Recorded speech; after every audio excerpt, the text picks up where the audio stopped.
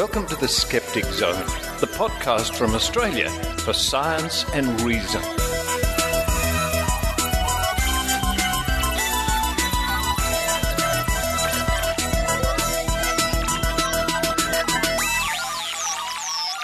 Hello and welcome to the Skeptic Zone for the 4th of January 2014.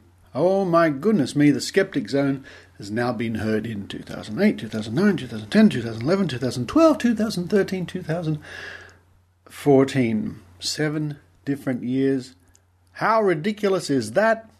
I hope we have a fine year ahead of skeptical activities. To kick off this year, an extended interview with Eugenie Scott from the National Centre for Science Education in Oakland, who is just on the cusp, the verge of retiring. This is the last interview with Jeannie before her retirement. I sat with her in her office, which is basically almost packed up in lots of boxes by now. So a catch up with Eugenie Scott coming up at the top of the show. Also on this week's show, a special from the Royal Institution of Australia with Robert Llewellyn being a sort of a guest interviewer talking about electric cars. Also, I visit Google. The Google headquarters, have a quick chat to a Skeptic Zone listener, Chris, who works at Google, who was very kind to host a little tour. Great fun. And not forgetting Maynard's spooky action. Maynard talks to codebreaker Dr Steve Roberts from the Victorian Skeptics and poet laureate Shelley, who was waxing lyrical at the National Convention. Happy birthday to Iran Sergeyev, Brian Dunning, Anna Linda Brown, who all hit milestones. Actually, Brian didn't. I don't think he could ever hit a milestone if he tried. Iran and Linda hit a milestone, and Brian and I are we're getting there, folks. We're getting there. But happy birthday to all those wonderful skeptics. Well, I better race downstairs and pack actually, because not too many hours. I'll be heading off to the airport to fly back to Sydney, Australia from the San Francisco Bay Area. So while I'm busily sorting out my socks from my shirts and from my bits and pieces, I hope you enjoy the Skeptic Zone.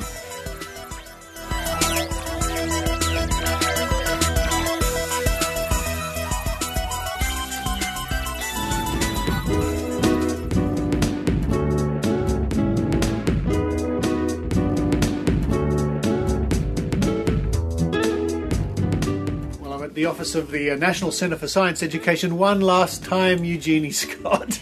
Well, no. I hope you come back to the NCSC again, and next time you interview Anne Reid, who will be the new executive director of NCSC after about, the 6th of January. Not far off. Not far off. Well, I mean, I've been coming here to visit you in this very office now.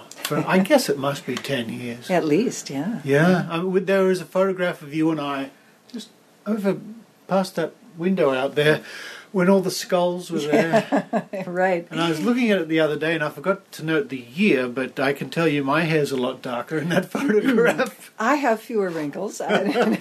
Yes, we were both younger, but think of how much we've learned in the intervening years. That's true. We're so much wiser and more knowledgeable, even if grayer and more wrinkled. Yeah. You take the bitter with the sweet on this one. You have to. We're sitting in what will soon be your former office. You've been busily taking down all the wonderful things off the wall, and things are in boxes, and you're doing the big passing of the baton, aren't you? I am. Yeah. Tomorrow I will be doing the spackling of the walls. Now, Anne is coming in Monday next week, and we'll have a week of overlap of orientation and sort of giving her the big picture. Obviously, I mean, the NCSE program staff will really be the people who will be orienting her for what we do around here and what our current projects are and what they're working on, and what the future will be. The support staff will orient her in terms of how we do the financial stuff and how we keep track of the wonderful donations we get from people and budgetary things and so forth. So and then obviously I'll be more than happy to be on call if she wants to, has any additional questions. I firmly believe that I'll be getting calls from not just Anne, but staff. Glenn isn't here. Do you know where I can find the... I mean, I have been here for a really long time. Yeah. And I think Glenn... But when you say here, you don't mean physically No, in not this... at NCSC. At NCSC. How long has NCSC been in here in Oakland? Oh, probably about 10 or 12 years, something like that. Yeah. So in this office. But it's really good to move every once in a while because you do pare things down. But well, you have to, don't you? Yeah. We've done pretty well. Our archivist, Charles Hargrove, our archivist, does a wonderful job in kind of keeping track of the things that need to be saved and dispensing with the items that we can find elsewhere. But just to remind your listeners, we have wonderful archives here. In fact, we have had Australian scholars come to work on our archives, people who are interested in studying. That's the room around the corner, isn't it? The big room. Yes. Yeah. The library and archives. We've got wonderful stuff. In fact, my first job, my first task after retiring, well, let me preface that. My very first job after retiring will be to spend a couple months just puttering around my house, which I will enjoy doing thoroughly. All the projects that kind of got delayed justification for working on.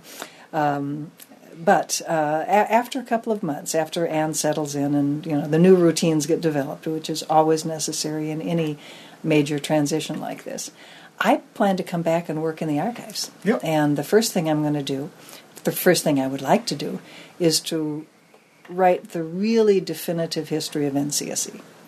I was part of this history, but with our archives, I can really do it from a scholarly standpoint. I don't have to just remember was that 1980 or was that 1979? Yes. I mean, I can actually document what went on. And I think that's going to be a really fun experience for me. Yeah. I'm really looking forward to that. So I'm going to spend... To what end? What will this be for? A book? Just for the records? All of the above in one sense. Yeah. It's something that needs to be done, and I think I can do it better than most, considering I have not just my own memories and contacts, but also these wonderful archives that we have here. This is an important organization. It's been around for 30 years plus, and it's very easy for early records to get lost or to get forgotten or to get misplaced or to be promised to end up in some sort of an archive and then not really happen. Yeah. We have managed to get archives from a number of early board members, a number of people who were very active in the creation and evolution controversy back in the 70s and 80s, and those materials are wonderful. I bet they are. But how things have changed over the years from the creationist point of view, huh? Yeah. Very much. Yeah. I mean, there's been a huge evolution in creationism. Let's face it. No, I mean they have gone through. Except there's been this wonderful structural continuity at the same time. Yeah. It's like vertebrates. Vertebrates appeared with the sort of basic vertebrate, four on the floor kind of body plan. Yeah. Back in the late Cretaceous, early Cenozoic. And there have been all these variations on that theme. Well, ultimately the body plan of creationism is special creation. Yes. That God specially created. He poofed things into existence. Yes. Now with the young Earth creationists like your beloved Ken Ham, whom you exported to us. That's right. I've forgiven you. And thank you very much. Well, we've had a lot of American imports over the years, I can promise you that. I mean, where was the mind poisoned? I mean, but young Earth creationists like Ken Ham take a very strict special creation point of view that God really poofed everything into existence in basically one step, so to speak, over 6 days, but the really short days. So there was an awful lot of special creation of planets and galaxies and the whole shooting match, and plants and animals. And the intelligent design people have kind of shifted their focus a bit. Most of them aren't special creationists in quite the same fashion, but they are special creationists to a degree. But they generally are focusing on God having to specially create micro-universe, so to speak. God doesn't have to specially create a whole galaxy, but God does have to specially create the bacterial flagellum, which sort of seems like a concentration problem to me. I mean, but it's also it's interesting of these people. And I guess people have been doing this for the millennia. Seem to know the mind of God so well. Yeah, it's not a very modest proposal, is it? Isn't it? No. It's in fact non-biblical literalist Christians really consider that the ultimate of hubris. They believe in a much more powerful God in my conversations with them, not one that has to be there kind of with his biomolecular screwdriver fine-tuning a propeller on a flagellum. Somehow this seems a little excessive, but actually we had a cover, or the cover of the next issue of Reports of NCSC that's coming out has a cartoon of exactly that point. Yeah. You will receive it shortly, I assume. But it's it's God standing there.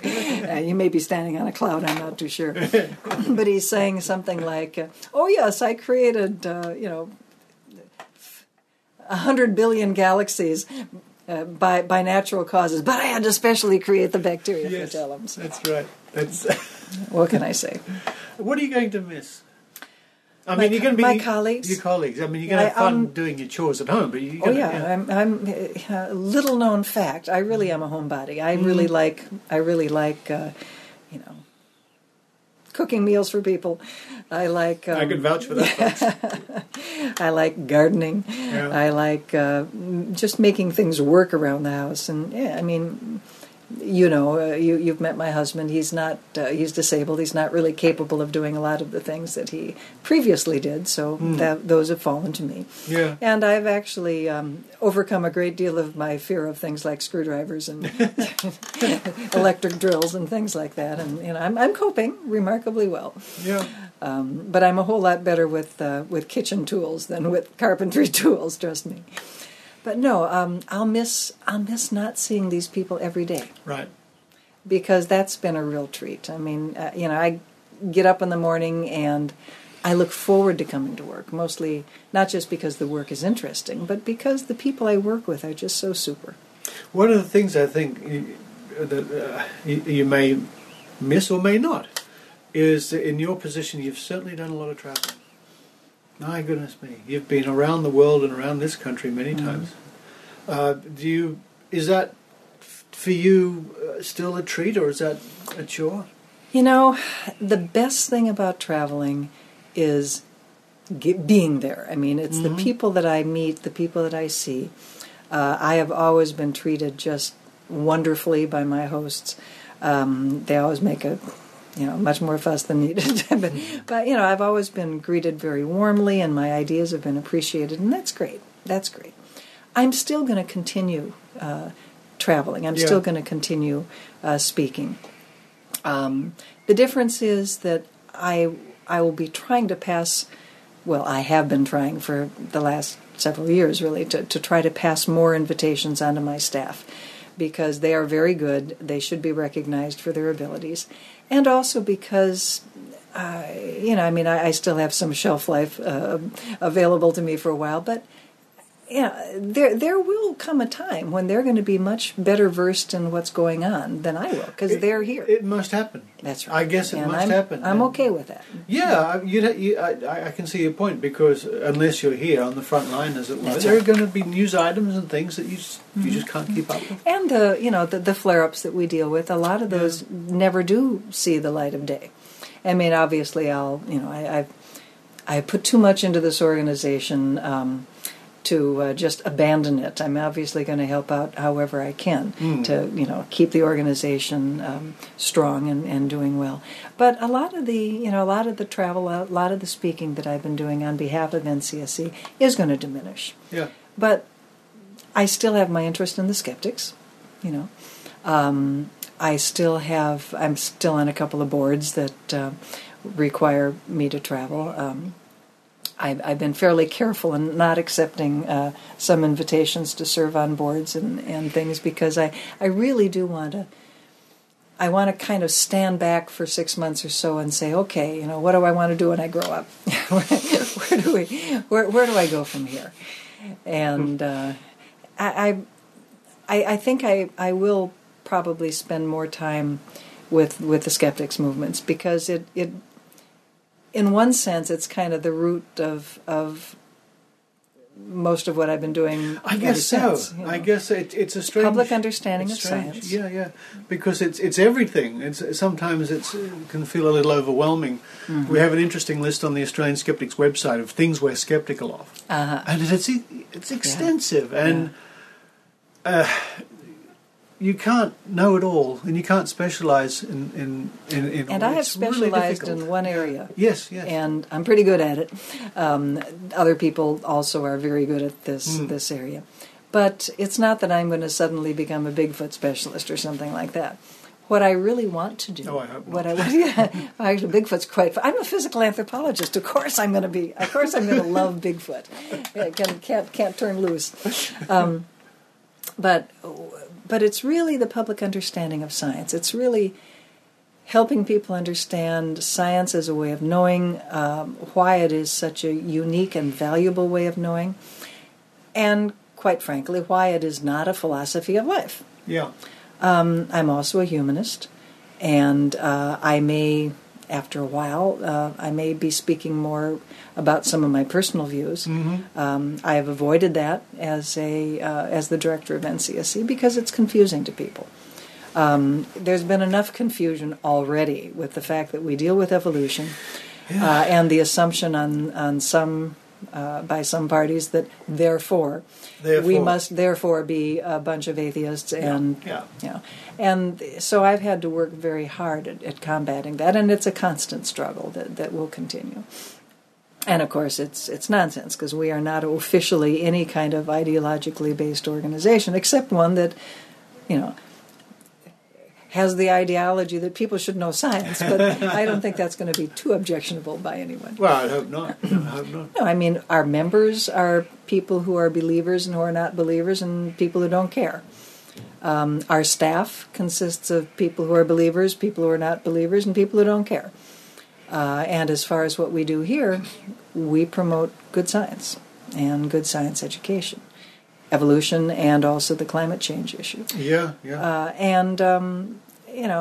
Whatever personal opinions we have as individuals at NCSC, staff or members, we are all united in that bigger picture of how do we get the public to understand science, understand evolution, understand climate change, and not object to good science being taught to their kids. And that's really what we do around here. Yeah, because over the years, it's been an interesting... It is such an interesting story, and I'm sure in many years to come it'll be one of the classic studies of science, this whole creationism thing, in this country especially, I think. Especially. Yeah. And its export. Now, did I see some sort of poll in the media just the other day about the number of... now, I can't remember if it's the number of Americans or the number of Republicans who both. That was a new Pew poll. Yeah. We posted it on our website if anybody's that's interested. what I might have caught it there, And it pretty much tracks the last Pew and everybody else's poll of, I think, 4 or 5 years ago.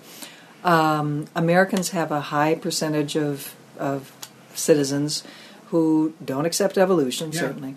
And Republicans reject evolution at higher levels than do Democrats. That's it, yeah.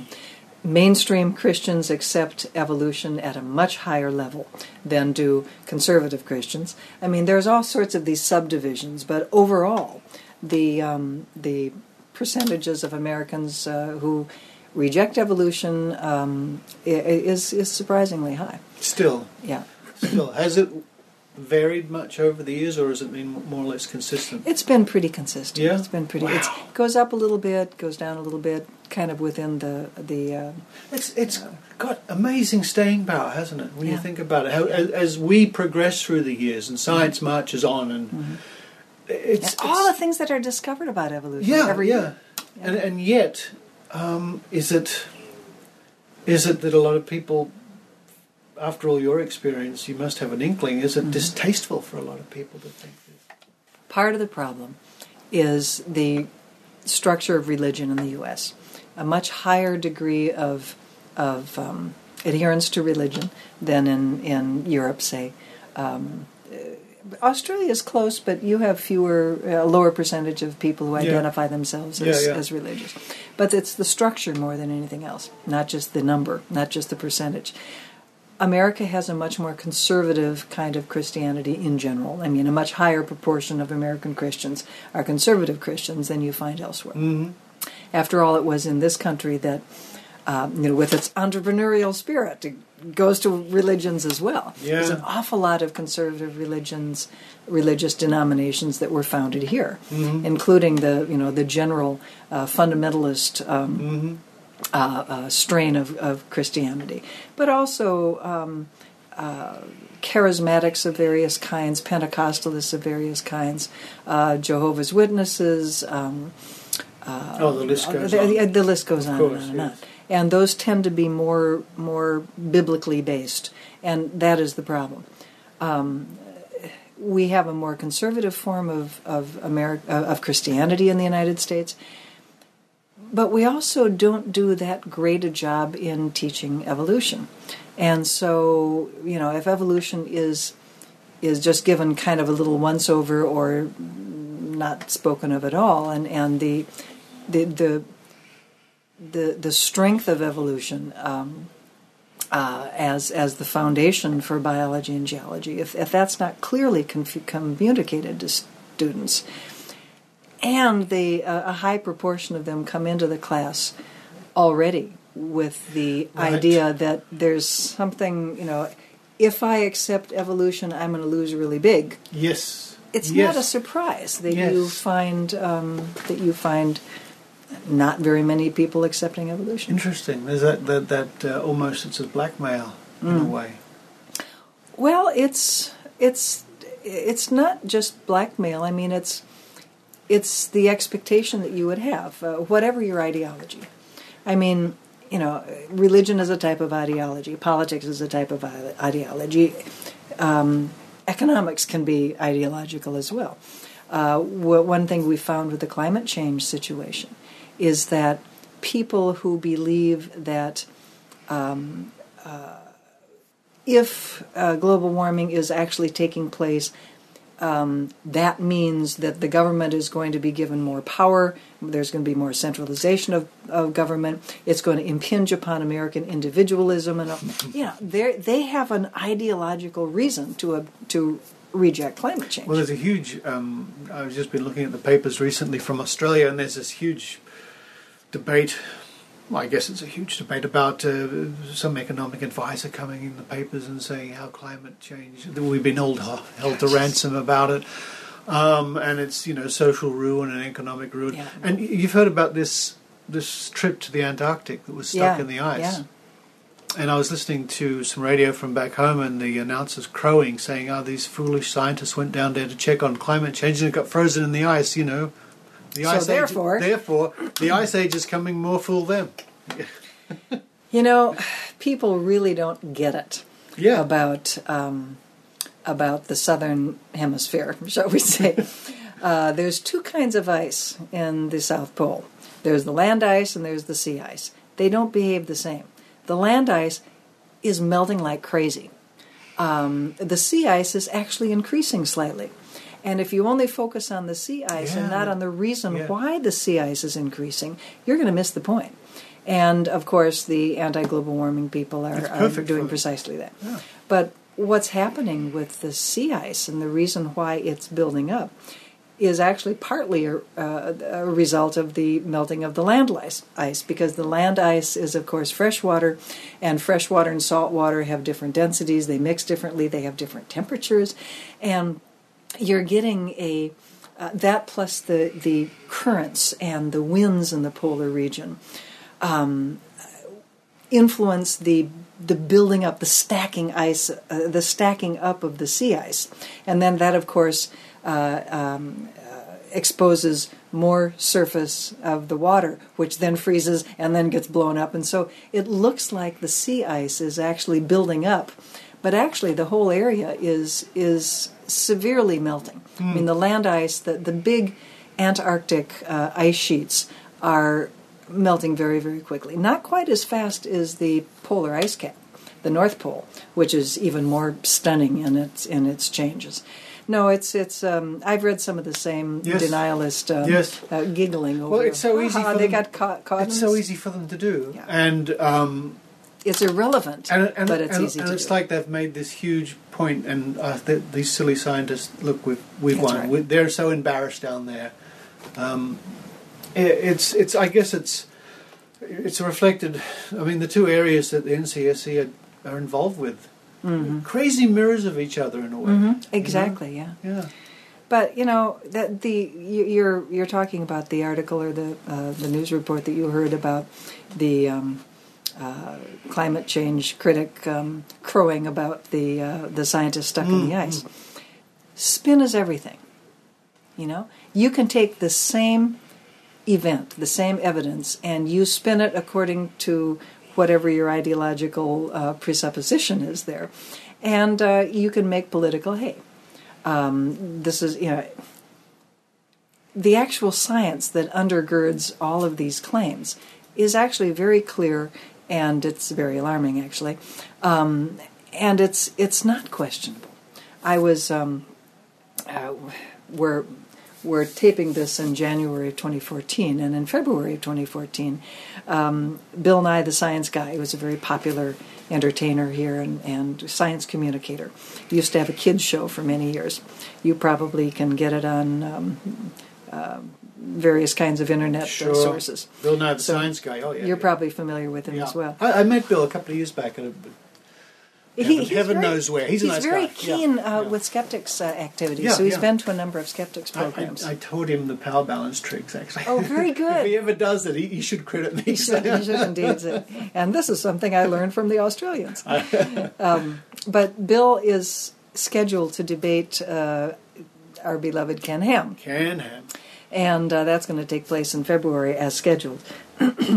And I was looking at a videotape that was online of Bill Nye debating one of the climate change denier people. Oh, yeah. And boy, talk about the Gish Gallop. The climate guy? The climate guy. Yeah. He was doing a Gish Gallop, which of course is a phrase that we use to describe how creationists debate by throwing out factoid after factoid after factoid, most of which have some sort of grain of truth, but piled higher and higher and higher, produce the spin that evolution is terrible science, even though each of these claims can be refuted and have been refuted and have been long refuted. And they're distortions of the science in most cases anyway. Well, that was the same that this climate science denier was doing. He was tossing out this idea that it hasn't warmed in 15 years. If you measure from 1998 to the present, there's a slight decline in temperature because 1998 was the super El Nino year, and it was just unusually warm. El Nino, pardon me. And so they cherry pick that particular little statistic, and then everything, of course, looks like it's cooler. Right. Whereas if you actually look at the trend, if you actually plot the temperatures across the last 30 years, it's clear that the line is going up. It's going straight up. But if you only cherry pick that one little 1998 date and look at it in reference to the present, oh, look, we have a plateau. Well, you can find plateaus all the way through that 30-year segment, but that doesn't mean that it's the surfaces aren't getting warmer. What would it take to sway them? Is it just going to have to be the evidence around them? But we might say the same about creationists, could we? Not at all. Yeah. If you think you're going to solve the climate change problem by shoveling more science at it, you don't understand the problem. It's like we were talking about earlier. The reason why people reject good science of evolution, good science of climate change, is because of their ideologies. If evolution is true, if climate change is true, in some fashion or other they lose big. So if you're going to persuade somebody, you have to first assuage that concern. Mm-hmm. You have to make that person feel comfortable. Okay, if evolution is true, maybe I won't lose big. Okay, what's the evidence? And we've tried to do that for 30 years at NCSC by accurately pointing out the fact that not all Christians, look at evolution as the enemy. Right. Many have managed to integrate it into their theology. Similarly with climate change. If you can help assuage this concern that somehow I'm going to lose my individual American freedoms, whatever that is, or somehow a more benign position that some deniers take. I don't know how seriously, but that unless we have carbon sources of energy, we will not be able to lift up the poor and downtrodden and the people who are hungry and sick and so forth around the world. If you can assuage those concerns, whatever they are, but they are ideologically based. And you have to assuage those concerns before the science even gets listened to. Yeah. Once you get people to get the fingers out of the ears sufficiently to listen to the science, then you got a really good chance, because the science is on our side. There's no question but the science is on our side. Yeah. Well, it's these two streams that you're fighting are so similar in so many ways. It's quite interesting. That's why we took them out. Yeah. Because they, we were struck by how the ideological basis which undergirds the rejection of solid science with repercussions in the education system, that's kind of the overarching framework there. It was exactly the same for both the anti-evolution fight as well as the anti-climate change fight. And we felt that our experience in dealing with these issues in the evolution context might be helpful in helping teachers deal with these issues in the climate change context. What's in your time in this sort of... we'll get back to the original purpose, which was the creationism. What have been the biggest strides forward, do you think? The things that that have worked really well and something you can build on? Well, realizing fairly early in the game, actually, the structure of the arguments that are raised against us. First of all, attack the science. Mm-hmm. The science is weak. The science is not accepted by scientists. This is all totally made out of whole cloth, but you've got to deal with it. The second argument being an ideological argument. You cannot be a good fill-in-the-blank and still accept fill-in-the-blank. Yep. You cannot be a good Republican without rejecting climate change. You cannot be a good Christian without rejecting evolution. Right. And this dichotomous reasoning is what has been so toxic to getting evolution accepted. Again, if people think they're going to lose really big, I've got to give up my faith in order to accept your science. No way, because my faith is really important to me, and that's the way people think. So what you have to do is present them with people who are of their same ideological persuasion who do accept it, so that you break apart that dichotomy, so that people are not thinking, I have to be on one side of that line or another. Show people continua rather than dichotomies. And we're doing that with the climate change thing as well. There are Republicans who are green. There are Republicans who accept climate change, and they need to be made more, their views need to be heard more frequently. And then, of course, one position that resonates very strongly with Americans is the fairness idea. Well, if you teach this, just be fair and teach the other one. And, of course, that's great when it comes, let all sides be heard. And that's great when it comes to opinions, but, don't confuse science with opinion. It's not a matter of opinion whether the earth goes around the sun or the sun goes around the earth. And we don't teach both opinions in a fourth grade class. Yeah. We teach what is accepted science, and that's really what we're doing K-12. The false balance. Yeah, the exactly. false balance. The false the media balance. love. Because it's so strongly wired into the culture. And it's so easy for media to do that. If they want to cover a story quickly, the reporter, all it has to do is ring up two opposing whatevers, bring them together. And that's actually a good thing. I mean, balance is important. False balance is what you have to watch for. That's right, yeah. Yeah, I mean, if somebody says that this way is up, you don't need to interview somebody else who says this way, the other direction is down. Yeah. That's false balance. Yeah. And, basically when you get 97% of the science community saying, yeah, living things share common ancestors, you don't have to find those 2% of the scientists who say, no, they didn't. That's false balance. Then you hear, they laughed at Galileo. Oh, yeah. They laughed at Bozo the Clown. Yes, that's what Carl Sagan said. That's right. I love that. He was so good, wasn't he? Yeah. Absolutely. Continuing inspiration to us all, I think. Very much so.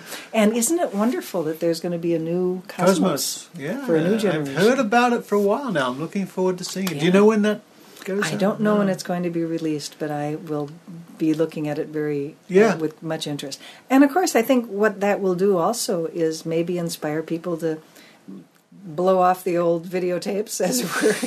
I'm sure the original Cosmos is online somewhere. I was just about to say, just between you and me and thousands of listeners, I think if you Google Cosmos Carl Sagan, you could probably find it somewhere. Maybe find it somewhere. I wonder if Netflix has it. Wouldn't it be great I think if Netflix they do. Streamed it? That would be fabulous. I think Netflix does. Might be necessary to do that. Yeah, I think. Well, you mean the new one? The old one. Oh, yeah, the old one, I'm pretty sure. That would be fun. Yeah. Because then people can have easy access to it. Yeah. Oh, well, Jeannie Scott, next time I come to visit, I guess I can interview your replacement. And, you can come by and visit me, too. I might make you pie. That's an invitation I can't refuse. Jeannie Scott, thanks very much. So good to see you again.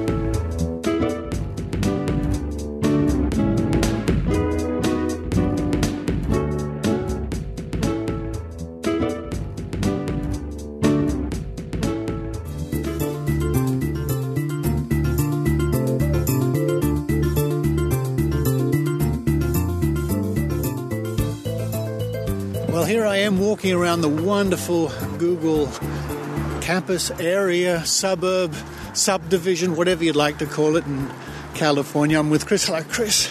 Oh, g'day. How you going, Richard? A fellow Aussie who's here in this area we're walking this way. And now you dropped me a note. You heard I was going to be in the Bay Area because we corresponded a little while ago. You were in Japan and you came across power balance. Yes, I did. It was in a little lane off, I think it was Harajuku. And I saw a whole heap of them there. There was power balance and a couple of others. And I thought, this is something Richard might like. So I found your email address and I sent you an email while I was still in Tokyo, and I showed it to you. Yeah. I remember seeing the photograph. It's funny. I've in a box at home, and I don't know what I'm going to do with it. I've probably got the world's biggest collection of these devices from all around the world. And I must say, walking around here in Google reminded me that Google once had one. I don't know if you know that. Google had a power balance? They had a band that said Google with a Google logo. Yeah. Okay. Did they claim that it helped you with anything? I hope not. I don't think they did. Hopefully not. It might have been probably just a fashion statement or something. But with that bigger collection at home, do you ever fall over? Do you ever stumble? No, it's remarkable. In fact, I can't fall over at all. Everything's a breeze. I've got more power and strength than the whole planet combined. But no, that's quite an interesting story, that whole power. We were just chatting about it before, because you really don't see them around, although you can still find them. But I saw some over here. There was in a sports store, there was a big range of them. I don't know if Power Balance was one of them, but there was certainly at the front there waiting for people to buy them. Yeah. So when you were in Japan, you came across these. They were Power Balance. Is that what? No, they were. They were Power Balance. Yeah. They were in English, so I think they were straight imports. Ah, right. Do you recall when you were there seeing like other knockoffs or copies or similar sort of thing? Yes, along with them there were a couple of other brands. I don't remember what they were, but I think they were all in English. I don't think the Japanese maybe had their own. Interesting, because I've not been to Japan since 1969, I think so. Yeah, that's a while. That's a while. And I wonder how prevalent this sort of thinking is. When you were in Japan, did you have many things that raised a skeptical eyebrow? Not really. There's a lot of atheists over there. I suppose there's a lot of temples. My wife is Japanese, and she goes and prays sometimes, like when there's a test coming up for a relative or something. Goes and gets one of those little scrolls that tells you your future. All right. But apart from that, I think the Japanese are a fairly sceptical lot. Yeah? Yeah. That's good to know, because I've recently heard of a Japanese Skeptic Society, or is it Tokyo Skeptics in the Pub? Something like that. Yeah, I think I heard of that when I was going over there. I looked them up, and I didn't manage to meet up with them, but I think there are a few people over there who are of the sceptical bent. It's good to know. It's a lovely day here. It's quite balmy for this time of the year. Yeah, it's in the middle of winter, but it's lovely. Yeah. Just like back home. Almost. Not 40 degrees. No, not off. Thank goodness for that, as we pass another row of Google bicycles. Yeah, they're very good. They really get you around the campus. There's a lot of different buildings around here, and it's nice to be able to hop on one and then hop off at the other end. Well, Chris, thank you very much for sparing some time. You're very welcome. And I wish you every future success. Thank you very much. You too.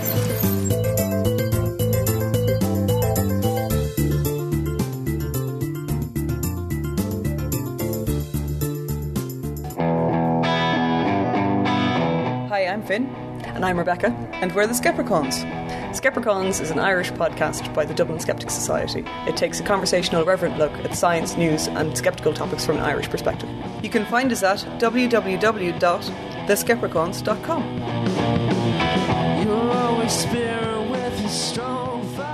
And now here's a little bit of news about the impending visit of Dr. Simon Singh to Australia.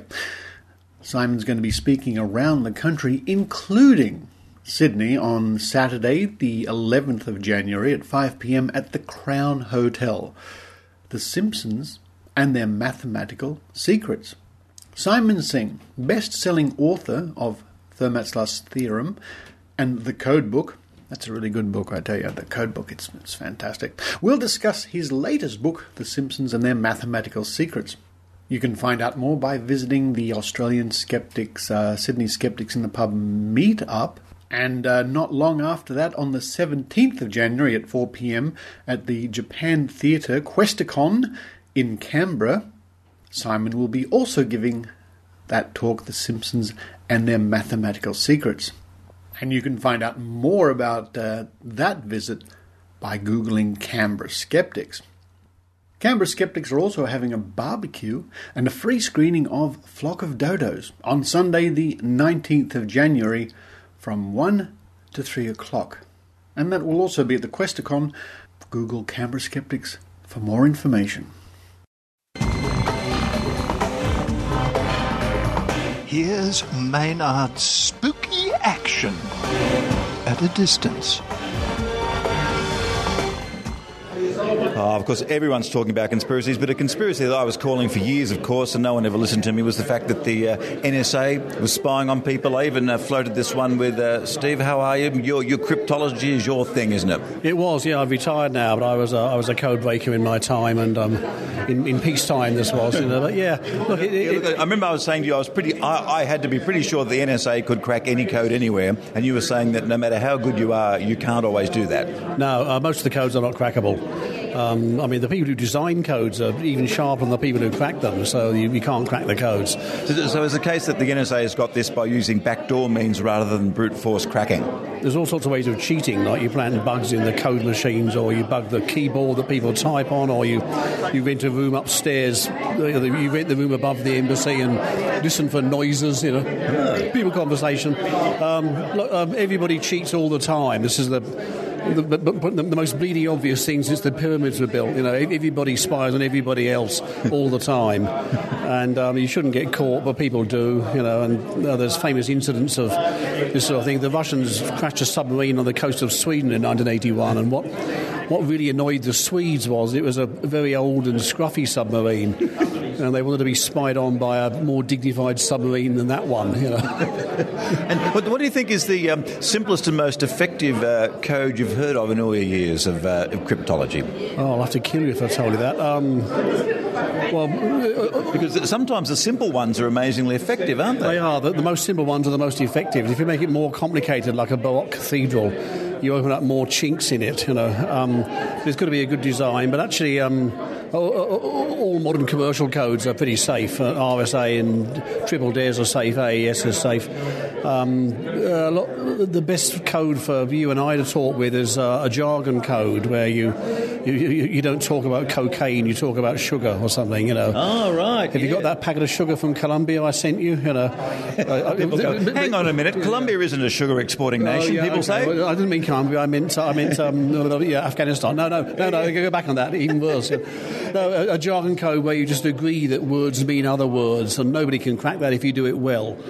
And what do you think will be the most interesting conspiracy that will be brought to light here while we're in Canberra this weekend? Brought to life. I'm brought to light. I mean, is there one conspiracy you find very interesting you're hoping they might talk about? Oh, yeah. I don't know, something hiding figures on climate change, probably. That's the one that's beginning to be discovered. Everybody wants to find that, and there's a danger here. If you want to find something, then you will find it if you look at enough numbers. Now, what about a conspiracy that appears to be lacking in evidence that you personally wouldn't mind if it was true? Oh, the free beer plot or something, Look, how much more popular would Guy Fawkes be if he'd had a free beer plot instead of gunpowder? He'd be even more famous. Anyway, Guy Fawkes had he had the most brilliant idea because everybody was in the same place. You see, you had all the whole House of Commons, the whole House of Lords, the monarch, all the bishops, all the lords, everybody in one place.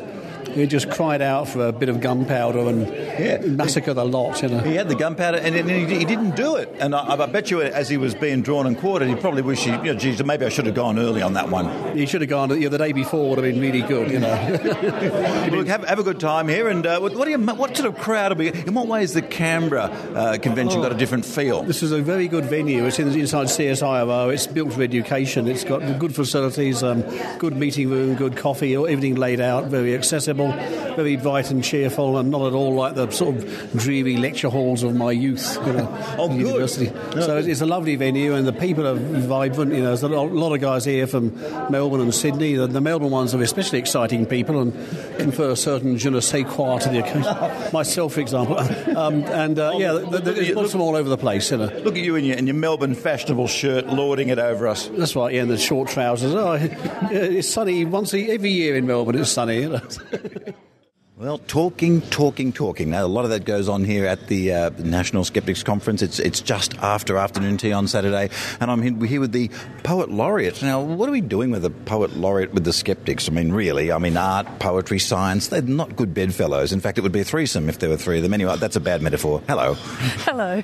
What's your official title and name? My name's Shelley Stocken, and I'm the poet in residence at the Skeptics Convention. You live in their clubhouse? No, they let me out occasionally at meal times. But because I have no scientific qualifications and can't pronounce most of the words, I just write and rhyme. That's the skill I bring. I've got nothing else. Look, the only big word I know is transubstantiation, and that's not very scientific. No, not that I'm aware of. I know how to say, yummy wafers, but no, can't do it. That's good. Now, you've done a couple of poems, and they've all been received very well by the audience there. Were these ones that were pre-done, or did you choose some particular skeptical-based topics? Well, I was a little bit of a stalker of some of the speakers and asked what the topics would be before the program came out, so I had an idea, because they might take 10 seconds to deliver, but they take me 2 or 3 weeks to write around, living and working and that sort of thing. The one you just delivered then, was it titled I Don't Know? What was that called? It was called the I Don't Know hole. It talks about when we don't know the answer to something, humans tend to fill it with absolute shite. And so that's why we have paranormal beliefs and conspiracy theories that they come up because we can't stand not to know the answer to something, so we make one up. As a poet, you've obviously worked to a wide range of audiences. What are these sceptical audience like to work to as reading poetry? Are they a tough crowd? No, they're quite good because I've sort of been brought up sceptical. I know what makes people nod their heads in this crowd and hopefully giggle at the right spots. So I find this crowd quite good. When I read to other poets, they're not as impressed. Look, let's face it, other poets are just there to do their poem and then bugger off home. Yes, well, that's partly why I'm here, but no. Now, what is your favourite conspiracy that, despite lack of evidence, you really wish was true? I like chemtrails, but I think they're hilarious. I don't necessarily wish they were true, except then I would know how the hell people think that planes can spray us with nefarious things. But I also, one that I came across with Corin Stowe this morning was the prepper movement. So no matter what the conspiracy that brings the world to its end, these people who they stockpile guns and food and very strange armoured vehicles to deal with other people when the world comes to an end. I've interviewed a prepper on the Planet Maynard podcast who was actually on the show Preppers, and he explained that, because I said, how can you live life like that? And he said, well, that's a very odd thing for you to say, because he said an emergency could happen at any time. It might not be a planetary one like some of us prepare for, but he says when he takes his kids out to prepare, he's basically taking them camping and learning skills that they can use for other things. So I'd say that would be their defence to a certain extent. Obviously, if you've got the entire house full of things, that's probably impacting on your lifestyle a bit, but you do learn some vital skills in prepping. That's true. It reminds me a little bit of Boy Scouts, but with guns. But personally, if I thought the world was going to come to an end, the money that preppers spend on being prepped, I probably just purchased a few really nice substances and blow my head off. Well, I was going to suggest this to the prepper, but I got a feling that that's not wouldn't have gone well with him. I thought, well, yeah, look, I mean, that might be okay for you, mate, but I can't live in a tent at the best of times. No. And maybe I just prefer to spend my money on fun things. Yeah, I could go with that. Speaking of fun things, they've left a lot of those pre-wrapped biscuits here after the afternoon tea, haven't they? Yes, maybe they're preparing for dinner, just not filling up tummies. Yeah, I think I might do some prepping myself and leg off with about a dozen of these biscuits, and I'll be right. Oh, hang on. One of the controversial questions I have been asking people, as it is a Doctor Who themed dinner this evening, who do you think would go down, in your opinion, and it's your opinion only, as the unpopular Doctor? Well, I haven't actually watched Doctor Who since the 70s. You heard it here first. So I know that my favourite is and will always be Tom Baker. So same here. Anyone before or after. Although David Tennant, for different reasons. Oh, okay. Just because of eye candy. Oh, okay. Well, he'd be the popular one for you. For me, yeah. Him and Tom Baker. Right. Okay. But so you couldn't put your finger on an unpopular Doctor. So look, I've been trying to get a vote going for Colin Baker. Not because I know he's a nice guy, but I think his Doctor was a fairly an unusual one. I'll just nod. I know that doesn't work on a podcast, but I'm just nodding. But yeah, she's been with skeptics and this science bunch long enough to know that if she doesn't know what's going on, just nod. Yeah, that's right. And it works with your auntie and uncle too. That's right. I'm actually staying with my auntie here in Canberra. I might try that later.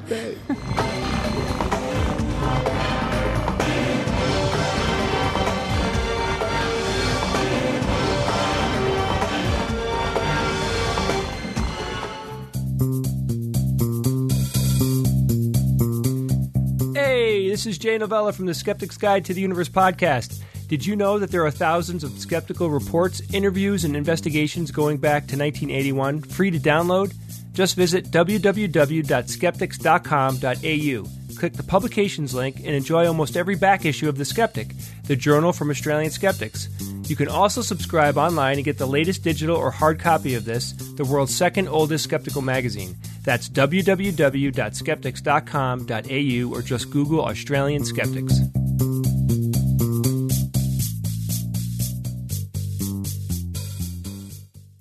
In this week's A Week in Science, guest host Robert Llewellyn, better known as Crichton from Red Dwarf, talks with Peter Pudney from the University of South Australia about TREV, the world-beating electric car. Now, Trev was built by a very talented team at the University of South Australia, led by this extremely talented man, Peter Pudney. So, Peter, can you tell me what the original sort of motivation was for building this? Yeah, we used to build solar racing cars that race from Darwin to Adelaide across Australia. Yeah. And we figured if we could drive from Darwin to Adelaide without using petrol, we should be able to get to work and back without using petrol. Right. So we wanted a car that we could use all the time for just driving around town, that didn't use fossil fuels. Right. And so, I mean, just go through a few of the things, because I've driven a few electric cars. I've never driven one like this. It's slightly different. So, I mean, in terms of batteries and range and all those things, so, I mean, what are the batteries that you've used in here? So it's a lithium-ion polymer battery, about 80 kilograms, and it's got a range of over 200 kilometres. Wow, that's really good. But that's a very healthy range. I mean, there's quite a lot of commercially available electric vehicles that haven't got that kind of range. Yeah, and the secret is it's 300 kilograms all up for the car, so it doesn't take a lot of energy to push it along the road. And what sort of speeds does it, I mean, is it road legal? It can go on the roads? It's road legal. It will drive at normal road speed, so top speed is over 100 kilometres an hour. Right. So, Peter, I'm intrigued by the design, because it's, I think it's fair to say unusual, not what people are used to with cars. 3 wheels, and then the passenger sitting behind the driver. I mean, can you explain why those decisions were made? There were 2 reasons for that, really. First is we knew that it had to be lightweight and it had to be aerodynamic. So having the passenger behind the driver means that we can get good aerodynamics. 3 wheels, if you've got 2 wheels, it'll fall over. If you've got 4, you've got more weight and more complexity than you need. And so having one passenger behind the other basically means that the bit that's pushing into the wind is reduced. You can keep that narrower. Right. And it also it gives the driver a really good view of the road. There's no A-pillars. Yeah. Most of the time, most people driving in Australia have just one person in the car. Yes. They're going to work and back. So we don't often use the back seat, but it's there in case you need it. And what else have you done with it? So since you built it, you presumably haven't just driven it around the campus. We've done very little driving around the campus. The students that built it actually took it to Darwin and drove it from Darwin to Adelaide in the demonstration class in the World Solar Challenge. Once we'd done that, I got a phone call from someone saying, is it any good for long trips? And they showed me a map of the world. Could we drive it around the world? Before I thought about it, I said, yeah, we can do that. So we did. We drove it from Geneva, headed east, and basically kept driving until we got back to Geneva. Wow. So this car's been around the world? It has. It did about 28,000 kilometres around the world. We hope you enjoyed this special episode of A Week in Science with guest host, English actor Robert Llewellyn. To see the film of Robert driving Trev, go to riaus.org.au.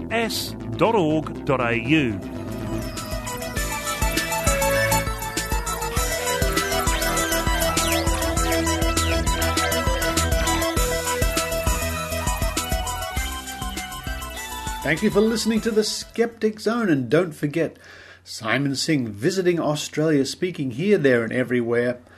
Check the Australian Skeptics website and the Canberra Skeptics websites for details of the impending visit and talks by Dr Simon Singh. Well worth going to see if you can make it. And who knows, there may even be an interview of Dr Simon Singh soon on the Skeptic Zone. Well, that's it. I better zip up my suitcase, book that taxi, and get ready to leave back to Australia. So for this week at least, this is Richard Saunders, signing off from the San Francisco Bay Area, California. You've been listening to The Skeptic Zone. Visit our website at www.skepticzone.tv for comments, contacts, and extra video reports.